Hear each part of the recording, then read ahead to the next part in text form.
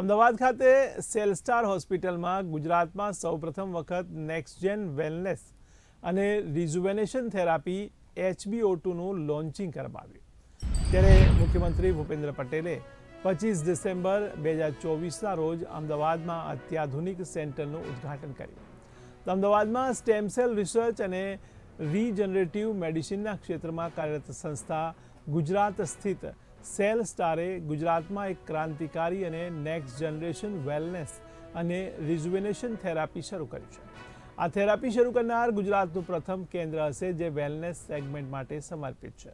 જેને વિશ્વભરમાં રમતવીરો અને સેલિબ્રિટીઓ દ્વારા સ્વીકારવામાં આવે છે। ત્યારે શરીરના કોષોને પુનર્જીવિત અને કાયાકલ્પ કરવાની સાથે આ થેરાપીએ એન્ટી એજિંગમાં રોગ પ્રતિકારક શક્તિ વધારવા, તણાવ ઘટાડવા, એન્ટી ઇન્ફ્લેમેટરી, બ્રેઇન, PTSD સહિત અન્ય ક્ષેત્રોમાં ઉત્તમ પરિણામો દર્શાવે છે। આજે જે આપણું ઓકેશન હતું દેટ ઇઝ ફોર હાઇપરબેરિક ચેમ્બર જે આપણે લાવ્યા છે ગુજરાતમાં વેલનેસ માટે, જે કદાચ આપણું ફર્સ્ટ ટાઈમ ગુજરાતની અંદર આવી રહ્યું છે। એના માટે આપણે ત્યાં આજે તમે જાણો જ છો કે વિરાટ કોહલીજીના કોચ જે રાજકુમારજી આપણે ત્યાં હાજર થયા, એમણે જરા સાંભળ્યું આના વિશે ત્યારે ખૂબ ખુશ થયા કે આ વસ્તુ જે ફોરેનના સ્પોર્ટ્સ પર્સન બધા લે છે, ફેસિલિટી આનો ઉપયોગ કરે છે, જે હવે આપણે ત્યાં ઇન્ડિયામાં અને ગુજરાતમાં એ પણ અમદાવાદમાં અવેલેબલ થઈ ગયું છે, તો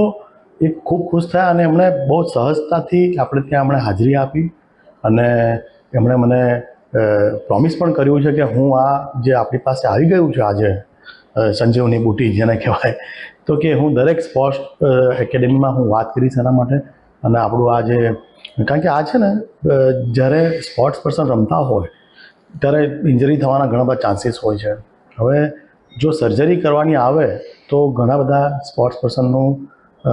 કેરિયર ખતમ થઈ જતું હોય છે અથવા તો ડિલે થઈ જતું હોય છે। તો આપણે જે ટ્રીટમેન્ટ કરીએ છીએ એ વિધાઉટ સર્જરી, ખાલી ને ખાલી માત્ર જે શરીરમાં જે સ્ટેમ સેલ્સ હોય અને એ સાથે બીજા ઘણા બધા સેલ્સ હોય જેનો આપણે કોમ્બિનેશન યુઝ કરી અને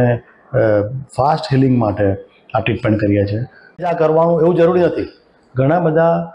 સ્પોર્ટ્સ પર્સનને આપણે વેલનેસ માટે પણ કરી શકીએ। જેમ કે કોઈ મેચ રમીને આવ્યું છે, સવારે જે સ્ફૂર્તિથી રમવા ગયો હોય, મેચ રમ્યા પછી સાંજ પડતા એક જે ફિટનેસ તો એ ફરીથી જે સવારે જે મૂળમાં હતો, જે એનર્જી સાથે આવ્યો હતો, એનું એ પાછું કરી દેવું હોય તો આ ટ્રીટમેન્ટ કરીએ તો તરત પાછા એ જ એનર્જી સાથે પાછા રમી શકે બીજી મેચ। અને બીજી એક પ્રાઉડ મુમેન્ટ આપણા ગુજરાત માટે એ છે કે જે ગોલ્ડન વાઇલ જેને કહેવાય છે, જે અત્યાર સુધી ખાલી અમેરિકામાં અને જે આઉટ ઓફ ઇન્ડિયાના જે સ્પોર્ટ્સ પર્સન્સ હોય છે એ એમની પાસે આ ફેસિલિટી હતી। હવે આપણે એ ગોલ્ડન વાઇલની ફેસિલિટી આપણે આ સેન્ટરમાં અમદાવાદની અંદર પણ લઈ આવ્યા છીએ, જે આપણા માટે તો ખરેખર એક બહુ પ્રાઉડ મુમેન્ટ છે।